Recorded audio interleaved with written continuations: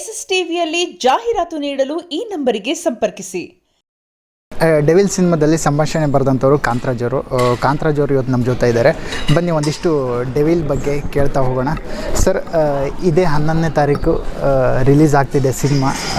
ಬಹುದೊಡ್ಡ ಕನಸು ಪ್ರತಿಯೊಬ್ಬರದ್ದು ಕೂಡ. ಆ ಕನಸು 11ನೇ ತಾರೀಕು ರಿಲೀಸ್ ಆಗ್ತಿದೆ. ನಿಮಗೆ ಎಷ್ಟು ಖುಷಿ ಇದೆ ಸರ್? ಯಾಕಂದರೆ for the first time Darshan sir ಸಿನಿಮಾಗೆ ಡೈಲಾಗ್ ಬರೆದಿದ್ರು.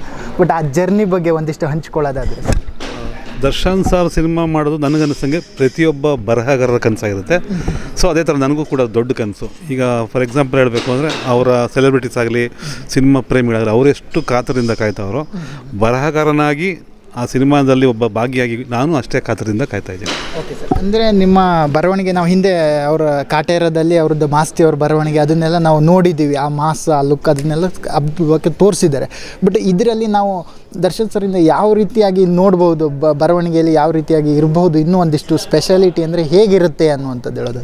ಸೊ ಇದು ಸಿನಿಮಾ ಕಾನ್ಸೆಪ್ಟ್ ಇವಾಗ ಸುಮ್ಮನೆ ಉದಾಹರಣೆಗೆ ಹೇಳಬೇಕು ಅಂದರೆ ಕಾಟೇರ ಒಂದು ಹಳ್ಳಿ ಮತ್ತು ಇನ್ನೊಂದು ಸಬ್ಜೆಕ್ಟ್ ಆಗಿದ್ದರಿಂದ ಅದಕ್ಕೆ ತಕ್ಕನಂಗೆ ಅವರು ಅದಕ್ಕೇನು ಬೇಕೋ ಮಾಡಿ ಬರೆದಿದ್ದಾರೆ. ಸೊ ನಮ್ದು ಇದು ಪಕ್ಕಾ ಕಮರ್ಷಿಯಲ್ ಅಥವಾ ಮಾಸ್ ಆಗಿರೋದ್ರಿಂದ ಈ ಸಿನಿಮಾ ತಕ್ಕನಂಗೆ ದರ್ಶನ್ ಸರ್ ಇಮೇಜ್ಗೆ ಹೊಂದ್ಕೊಳ್ಳೋ ಥರ ಅವ್ರ ಫ್ಯಾನ್ಸು ಇಷ್ಟಪಡೋ ಥರ ಮತ್ತು ಕತೆಗೆ ಪೂರಕವಾಗಿ ಬರೆದಿರ್ತೀನಿ. ಅಂದರೆ ಈ ಜರ್ನಿ ಇವತ್ತು ನಿನ್ನೆದಲ್ಲ. ಅಂದರೆ ನೀವು ಪ್ರಕಾಶ್ ಸರ್ ಜೊತೆ ತುಂಬ ಜರ್ನಿ ಎಲ್ಲ ಇದು ಮಾಡಿದ್ದೀರ ಈ ಡೆವಿಲ್ಗೋಸ್ಕರನೇ. ಬಟ್ ಆ ಜರ್ನಿ ಎಲ್ಲ ಮೆಲುಕು ಹಾಕಿದಾಗ ಒಂದಿಷ್ಟು ನೆನಪು ಕಾಡೋದಾದರೆ ಏನು ನೆನಪು ಕಾಡುತ್ತೆ ಸರ್ ಅಂತ? ನೆನಪು ಕಾಣೋದಂದರೆ 2.5 ವರ್ಷ ಜರ್ನಿ ಮಾಡಿದ್ವಿ ಈ ಸಿನಿಮಾಗೋಸ್ಕರ. ಸೊ ಅವಾಗೆಲ್ಲ ಇಷ್ಟು ಲ್ಯಾಗ್ ಆಗ್ತಾಯಿದೆಯಲ್ಲ ಅಂತ ಸ್ವಲ್ಪ ಅನಿಸೋದು. ಈಗ ಆಗೋಯ್ತಾ, ಮುಗಿದೋಯ್ತಾ ಸಿನಿಮಾ, ನೆಕ್ಸ್ಟ್ ರಿಲೀಸಾ, ವಾಟ್ ನೆಕ್ಸ್ಟ್ ಅನ್ನೋದು.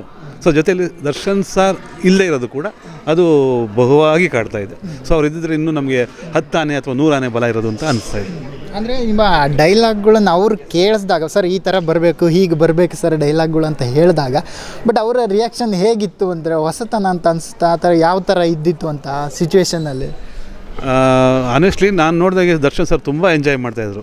1-2 ಸತಿ ಡಬ್ಬಿಂಗಲ್ಲಿ ಅವರು, ನಾವು ಈ ಕಡೆ ಅವ್ರು ಹೊರಗಡೆ ಡಬ್ ಮಾಡ್ತಾ ಇರ್ತಾರೆ, ನಾವು ಆಚೆ ನೋಡ್ತಾ ಇರ್ತೀವಲ್ಲೋ, ಅವ್ರು ಸಖತ್ ಎಂಜಾಯ್ ಮಾಡ್ತಾಯಿದ್ರು. ಅದನ್ನು ನಾವು ಫೀಲ್ ಮಾಡಿದ್ವಿ. ಆದರೆ ಏನಾದರೂ ಹೇಳಿದರೆ, ನಿಮ್ಮ ಜೊತೆ ಏನಾದರೂ ಮಾತಾಡಿದರೆ ಆ ಸಂದರ್ಭದಲ್ಲಿ? ಕೆಲವೊಂದು ಸಂದರ್ಭದಲ್ಲಿ ನನ್ನ ಹತ್ರ ತುಂಬ ಒಡನಾಟ ಕಡಿಮೆ. ಸೊ ಯಾಕೆಂದರೆ ನಾನು ಪ್ರಕಾಶ್ ಸರ್ಗೆ ಹೇಳ್ತಿದ್ದೆ, ಪ್ರಕಾಶ್ ಸರ್ ರೀಡಿಂಗ್ ಕೊಡೋರು. ನಾನು ಡೈಲಾಗ್ ರೈಟ್ರಾಗಿ ದರ್ಶನ್ ಸರ್ ತುಂಬ ಕಡಿಮೆ ಮಾತಾಡಿದ್ದೀನಿ. So Darshan sir Prakash sir ಅಂತ ಹೇಳಿದರೆ ತುಂಬ ಚೆನ್ನಾಗಿದೆ, ಈ ಡೈಲಾಗ್ ಚೆನ್ನಾಗಿದೆ, ಅದು ಚೆನ್ನಾಗಿದೆ ಅಂತ ಹೇಳಿದಾರಂತೆ. ಅಂದರೆ ಇದು 11ನೇ ತಾರೀಕಿಗೆ ಅಭಿಮಾನಿಗಳಿಗೆ ಒಂಥರ ಹಬ್ಬ ಅಂತಲೇ ಹೇಳ್ಬೋದು ಸರ್. ಯಾಕಂದರೆ ಮಾಸ್ ಎಲ್ಲ, ಅಂದರೆ ದರ್ಶನ್ ಸರ್ ಅಭಿಮಾನಿಗಳೆಲ್ಲ ಆಲ್ಮೋಸ್ಟ್ ಎಲ್ಲ ಮಾಸ್ ನಮ್ಮ ಅದೇ ಲುಕ್ಕಲ್ಲಿ ನೋಡಬೇಕಂತ ಕಾಯ್ತಿದ್ದಾರೆ. ಅದ್ರ ಜೊತೆಗೆ ಈ 2 ವರ್ಷ ಗ್ಯಾಪ್ ಬೇರೆ ಆಯ್ತು ಅವರು ಸಿನಿಮಾ ಬರ್ದೇನೆ.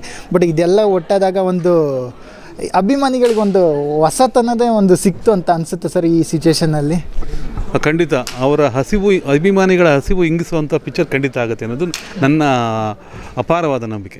ಓಕೆ, ಈ ಮೂಮೆಂಟಲ್ಲಿ ದರ್ಶನ್ ಸರ್ ಅವರು ನಮ್ಮ ಜೊತೆ ಇಲ್ಲ, ಬಟ್ ಮುಂದಿನ ದಿನದಲ್ಲಿ ಬರಬಹುದು. ಬಟ್ ನೀವೇನಾದರೂ ಅವ್ರ ಬಗ್ಗೆ ಒಂದೇನಾದರೂ ಒಂದು ಗುಣ ಆಗಿರ್ಬೋದು, ಒಂದು ಏನಾದರೂ ಹಂಚ್ಕೊಳ್ಳೋದಾದರೆ ಈ ಸಂದರ್ಭದಲ್ಲಿ ಅದೇನಾದರೂ ಹೇಳ್ಕೊಬೋದಾ ಇಲ್ಲಿ ಅಂತ? ಖಂಡಿತ. ಪ್ರಶ್ನೆಯಲ್ಲಿ ಏನಂದರೆ ಬರಬಹುದು ಅಲ್ಲ, ಬಂದೇ ಬರ್ತಾರೆ. ಸೊ ಅವ್ರದ್ದು ಅದೇ ಗುಣ ಹೆಂಗೆ ಅಂತಂದರೆ ತುಂಬ ಸೌಜನ್ಯವಾದ ಗುಣ. ಅದು ನಾವು ಹೊರಗಡೆ ನೋಡ್ಬೇಕಾದ್ರೆ ಸಿನಿಮಾ ಪಂಚಡಿಯೆಲ್ಲ ನೋಡ್ಬಿಟ್ಟು ಸ್ವಲ್ಪ ರಫ್ ಆಗಿರ್ತಾರೆ ಅಂತ, ಹಂಗೇನಿಲ್ಲ. ಅವರು ಮಗುವಿನಂಥ ಮನಸ್ಸಿನಂಥ ಮನುಷ್ಯರು ಅಂತ ಹೇಳ್ಬೋದು.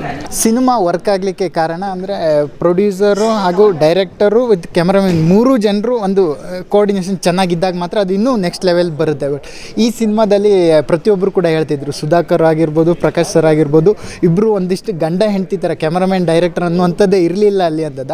ಈ ಥರದಲ್ಲಿ ಬಾಂಧವ್ಯ ಉಂಟಾದಾಗ ಔಟ್ಪುಟ್ ಕೂಡ ತುಂಬ ಚೆನ್ನಾಗಿ ಬರುತ್ತೆ. ಬಟ್ ನಾವೊಂದು ಗ್ಲಿಮ್ಸ್ ನೋಡಿದಾಗ ಆಗ ಅನಿಸುತ್ತೆ ಇದು ನೆಕ್ಸ್ಟ್ ಲೆವೆಲ್ ಸಿನಿಮಾ ಅಂತ ಅನಿಸುತ್ತೆ. ಬಟ್ ನಿಮಗೆ ನೋಡಿದಾಗ ಅದು ಏನು ಅನಿಸ್ತು ಸರ್? ಅಂದರೆ ಈಗ ಅವಕಾಶ ಸಿಕ್ಕಿದ್ದೇ ಒಂದು ಖುಷಿ ಅಂತಲೇ ಹೇಳ್ಬೋದು. ಬಟ್ ಆ ಖುಷಿನ ಇದೆಲ್ಲನೂ ಒಟ್ಟಿಗೆ ಆದಾಗ ಬಟ್ ಹೇಗೆ ಅನಿಸುತ್ತೆ ಅಂತ?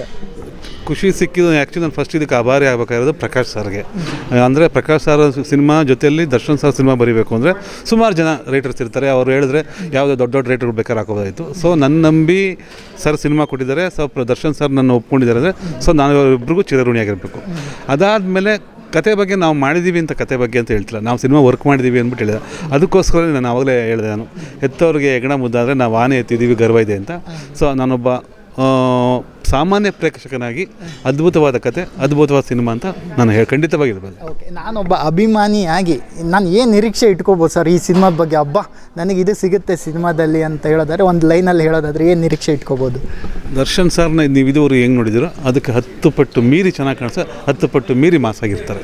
ಎಲ್ಲರೂ 11ನೇ ತಾರೀಕು ಥಿಯೇಟ್ರಿಗೆ ಬಂದು ಸಿನಿಮಾ ನೋಡಿ ಕನ್ನಡ ಸಿನಿಮಾನ ಬೆಳೆಸಿ, ಹರಸಿ, ಹಾರೈಸಿ. ಎಲ್ಲರೂ ಒಳ್ಳೆಯದಾಗಲಿ, ಡೆವಿಲ್ ಪಿಕ್ಚರ್ಗೆ ಒಳ್ಳೆಯದಾಗಲಿ, ಕನ್ನಡ ಇಂಡಸ್ಟ್ರಿಗೆ ಒಳ್ಳೆಯದಾಗಲಿ. ಥ್ಯಾಂಕ್ ಯು ಸರ್, ನಿಮಗೂ ಕೂಡ all the best sir. Thank you sir. Thank you. SS TV cinema ಜಗತ್ತಿನ ಕ್ಷಣ ಕ್ಷಣದ ಸುದ್ದಿಯೊಂದಿಗೆ.